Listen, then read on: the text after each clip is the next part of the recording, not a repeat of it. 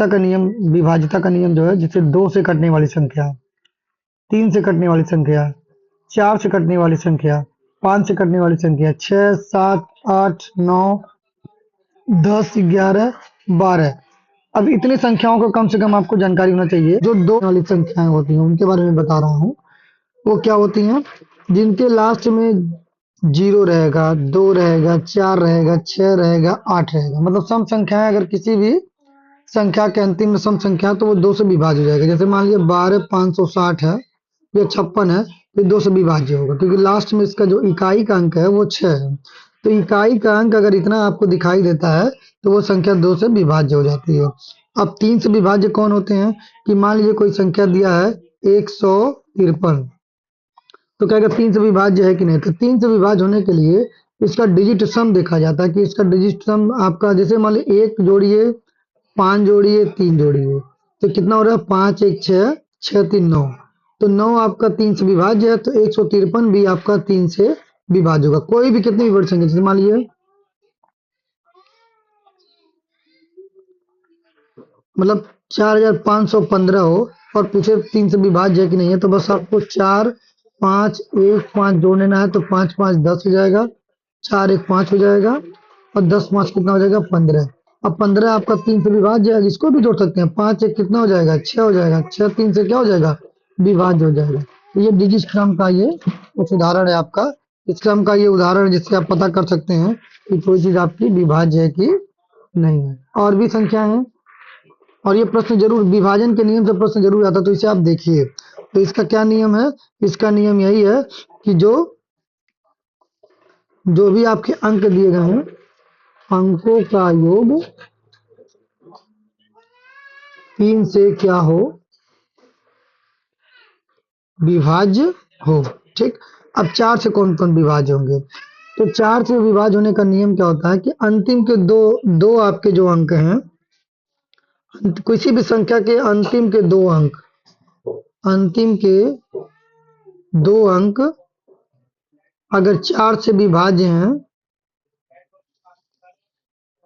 तो पूरी संख्या 4 से विभाज्य। जैसे मान लीजिए कि आप लिख रहे हैं 10,016, तो अंतिम के दो संख्या 16 वो 4 से विभाज्य हैं, तो ये पूरी संख्या 4 से विभाज्य होगी। इसको देख सकते हैं आप लोग। 4 है तो 4 दूना कितना हो जाएगा? 8 हो जाएगा। यहाँ पे 2 बचेगा, 1 उतरेगा, तो 4 पचे कितना हो जाएगा आपका? 20 हो जाएगा। 1 उतरेगा, 6 उतरेगा, 4 चौका कितना हो जाएगा? 16। तो आप देख पा रहे हैं कि पूरा पूरा क्या हो जा रहा है? आपका विभाज्य हो जा रहा है। तो अंतिम के अगर 2 संख्याएं 4 से विभाज्य हैं तो वो आपके टोटल जितनी भी संख्या होंगी, जितनी भी बड़ी संख्या को विभाज्य। जैसे आपके मन में आता होगा कि क्या अगर 2 संख्याएं 0 0 हो, जैसे मान लीजिए आपका दिया हो 4500, तो 0 0 भी आपका 4 से विभाज्य हो, या जो अंतिम 2 संख्या है वो 0 0 है। अब इसको भी देख लीजिए। तो 4 एक करने में 4 हो जाएगा, यहाँ 5 4 एक करने में 4 हो जाएगा, यहाँ 0 4 दूना कितना हो जाएगा? 8 हो जाएगा, यहाँ पे 2 और यहाँ पे 4 पच्चीस कितना हो जाएगा? 20। तो ये जो है, अगर अंतिम में दोनों संख्याएं अगर आपका 0 0 है तो भी 4 से क्या हो जाएगा? विभाज्य हो जाएगा। तो ये है 4 से विभाज्यता का नियम। जो नियम नहीं समझ में आएगा आप कमेंट करेंगे तो मैं इस पर पूरा वीडियो बना दूंगा। अब 5 की विभाज्यता का नियम देखिए क्या होता है। 5 से कौन कौन संख्या विभाज्य होती है? तो जिनके अंतिम इकाई का अंक 0 और 5 हो, इकाई का अंक क्या हो? 0 और 5 हो, तो वो 5 से क्या हो जाती हैं? विभाज्य हो जाती हैं। कोई भी संख्या हो जिसके इकाई का अंक 0 और 5 हो तो 5 से विभाज्य हो जाएंगे। 6 से विभाज्य होने वाली संख्याएं कौन सी होती हैं? तो कोई भी संख्या जो 2 व 3 दोनों से विभाज्य हो। ठीक है। अब 2 का आप जानते हैं कैसे देखना है, 3 का भी जानते हैं कैसे देखना है। अगर 2 और 3 दोनों से विभाज्य हो तो वो 6 से भी विभाज्य हो जाती है। तो आपको 6 का विभाजन देखने के लिए 6 से वो चीज कटेगी कि नहीं कटेगी, उसके लिए आपको देखना पड़ेगा कि क्या वो 2 से और 6 से विभाज्य है। अब नेक्स्ट आता है 7 वाला। 7वां क्या कह रहा है आपका? 7 से विभाजन वाला। तो 7 से विभाजन वाला जो संख्याएं होती है, जैसे मान लीजिए मैंने कोई संख्या लिखा 343। ठीक है। हमको चेक करना है 7 से विभाज्य है कि नहीं। तो जो इकाई का अंक है, इकाई का जो अंक है उसका दुगुना कर दीजिए। तो इकाई का अंक दुगुना कितना हो जाएगा? 3 दूना कितना हो जाएगा? 6। और जो संख्याएं बच रही हैं उसमें से इसको घटा दीजिए। तो मान लीजिए 34 बच रही है, 34 में से अगर 6 घटाएंगे तो आपका जो है 4 घटेगा, फिर ये कितना बचेगा, 28 बचेगा। तो जो संख्या बचेगी अगर वो 7 से विभाज्य है, ठीक, तो 7 से अगर वो विभाज्य है तो पूरी संख्या 7 से क्या हो जाएगी, विभाज्य हो जाएगी। तो ये 7 से विभाज्यता का नियम है। अगर 7 से विभाज्य का कोई लाना है तो ये कैसे ला सकते हैं। ये कम से कम 3 संख्याओं के लिए बहुत प्रॉपर होता है, बाकी संख्याओं के लिए मैं बाद में वीडियो बनाऊंगा। उसके बाद आप देख सकते हैं 8 संख्याओं से विभाजन का नियम, 8 संख्याओं के विभाजन का नियम, ठीक। तो 8 संख्याओं के विभाजन का नियम क्या होगा आपका, तो देखिए, दो भी संख्याएं, कोई भी अगर संख्या दी गई है, इसे मैं इरेज कर लेता हूं,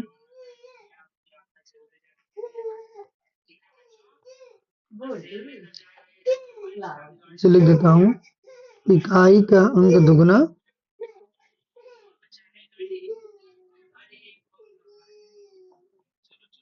रेस्ट में से इसको घटाना, ठीक। अब 8वां जो है, ये 8 से विभाज्य होने वाली कौन सी संख्या है, तो अगर कभी भी सैकड़े तक कोई भी बड़ी से बड़ी संख्या दी गई है, अगर मान लीजिए 3 अंकों की संख्या है, तो हम विभाजन का कोई तर्क ही नहीं बनता। अगर 4 अंकों की संख्या है, मान लीजिए 4 है और 0 है, 6 है, 4 है, तो इसमें क्या है कि अगर अंतिम के ये 3 संख्याएं 8 से विभाज्य हैं, तो वो संख्याएं किससे विभाज्य होंगी, आपकी 8 से पूरी पूरी तरह विभाजित हो जाएंगी।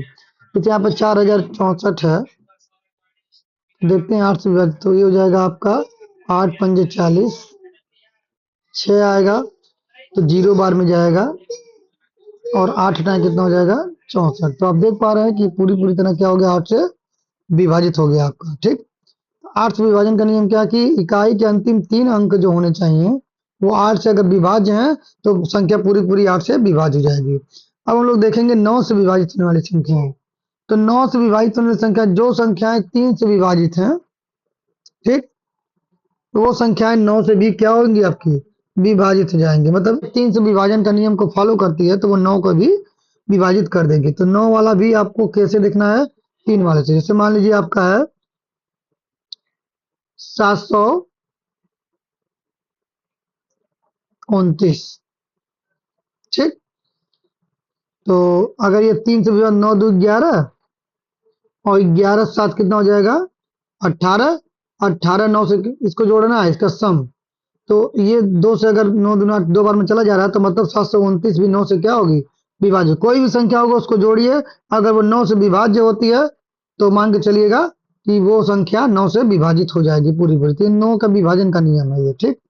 डिजिट सम, 10 से कौन विभाजित होगा, तो 10 का फैक्टर क्या होता है, 2 और 5 होता है। तो जो भी संख्या 2 और 5 से विभाजित हो जाएंगी, 2 और 5 दोनों से, वो संख्या 10 से भी विभाजित हो जाएंगी।